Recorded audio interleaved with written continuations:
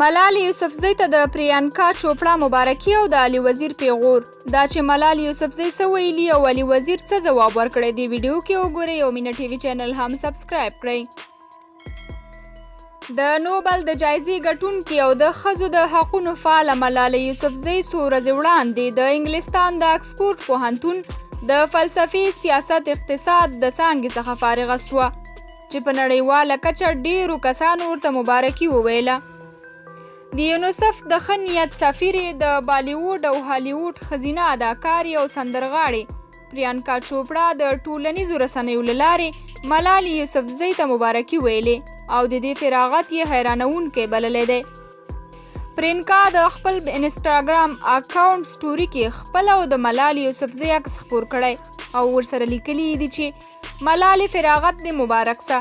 سیاست، فلسفې او اقتصاد په برخه کې ستا سند یوه نه منونکې لاسته راوړنه ده. زه ډېر ویاړم در باندې.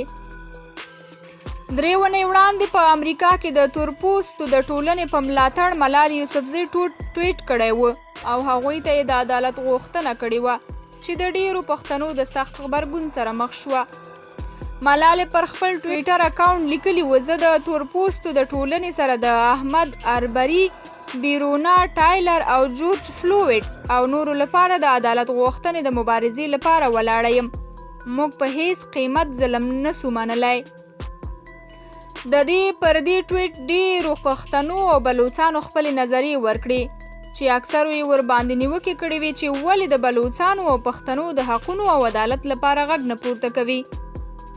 د پښتون ژغورنې د غورځنګ غړي علي وزیر هم د ملالۍ یوسفزۍ ټویټ ریټویټ کړی او د پیغور په ډول یې ورباندې نقد کړی. علي وزیر پر خپل ټویټر اکاونټ لیکلي د جنوبي اسیا د فاشیستو رژیمونو لخوا د لږکیو، بلوڅو او پښتنو د نسل وژنې په وړاندې څه وایاست؟ دلته چې کومې ګناوې کیږي د امریکا تر پیښو 10 چنده اضافه دي. د علي وزیر مطلب دا و چې ولې یې تر اوسه د پښتنو یا بلوڅو ملاتړ نه دی کړی یا یې ولې تر اوسه د پاکستان په وړاندې غږ نه دی پورته کړی او ولې په خپلې شاوخوا او سیمو کې ظلمونه او نسل وژنې باندې چپه خوله پاتې ده. د ملالۍ یوسفزۍ په اړه دا لومړی ځل نه دی چې د پښتون ژغورنې د غورځنګ یا نورو پښتنو لخوا نیوکې کیږي.